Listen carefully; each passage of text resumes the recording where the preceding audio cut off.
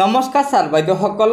অসমত পুৰণি পেঞ্চন অৰ্থাৎ OPS পুনঃ প্ৰৱৰ্তনৰ দাবীৰে সদৌ অসম চৰকাৰী NPS কৰ্মচাৰী সংস্থাই এটা বৃহৎ কাৰ্যসূচী হাতত লৈছে। হয় ছাৰ বাইদেউসকল, এই পেপাৰখনতে আজিৰ এই গুৰুত্বপূৰ্ণ খবৰটো আছে।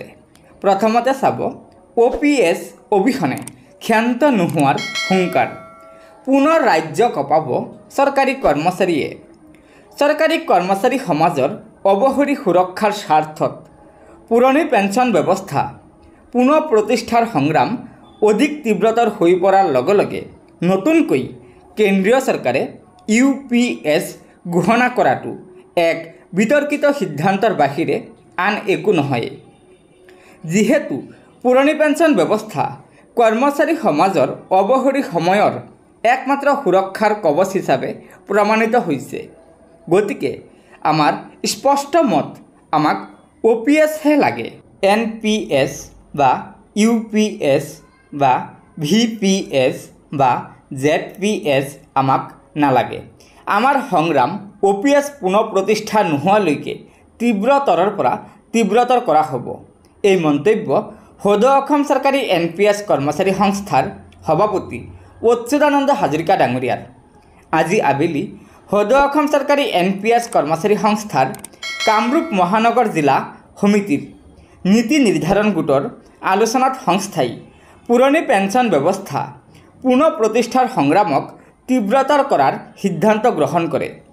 সভাৰ অন্তত সদৌ অসম চৰকাৰী NPS কৰ্মচাৰী সংস্থাৰ সভাপতি অচ্যুতানন্দ হাজৰিকা ডাঙৰীয়া, ৰাজ্যিক মুখপাত্ৰ ডক্টৰ জ্যোতিষ গোস্বামীৰ লগতে মহানগৰ জিলা সমিতিৰ সভাপতি আজলি ভূঞাই এক প্ৰেছ বিজ্ঞপ্তিযোগে প্ৰকাশ কৰে, আগগুৰি নোহোৱাকৈ ভাৰত চৰকাৰে ঘোষণা কৰা UPSৰ বিষয়ে বিতংকৈ আলোচনাৰ অন্তত বিষয়টোৰ ক্ষেত্ৰত অসম চৰকাৰৰ আনুষ্ঠানিক ঘোষণাৰ দাবী জনাইছে।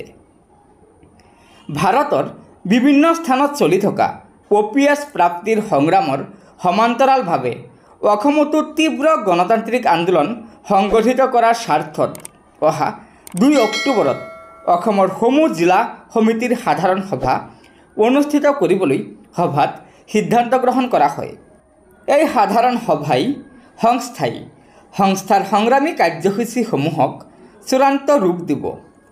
সদৌ অসম চৰকাৰী NPS কৰ্মচাৰী সংস্থাই আগন্তুক সময়ত অসমৰ সকলো শিক্ষক কৰ্মচাৰী সংস্থা তথা সংঘক লৈ তীব্ৰ গণতান্ত্ৰিক সংগ্ৰামেৰে চৰকাৰ আৰু ৰাজনৈতিক মহলক পুৰণি পেঞ্চন ব্যৱস্থা পুনঃ প্ৰৱৰ্তনৰ বাবে তীব্ৰ হেঁচা প্ৰয়োগ কৰিব বুলিও আজি বিবৃতিযোগে সদৌ অসম চৰকাৰী NPS কৰ্মচাৰী সংস্থাৰ সভাপতি অচ্যুতানন্দ হাজৰিকা ডাঙৰীয়াই জানিবলৈ দিয়ে। গতিকে ছাৰ বাইদেউসকল, এয়া নিশ্চয় ৰাজ্যৰ চৰকাৰী কৰ্মচাৰীসকলৰ বাবে এটা অত্যন্ত গুৰুত্বপূৰ্ণ খবৰ।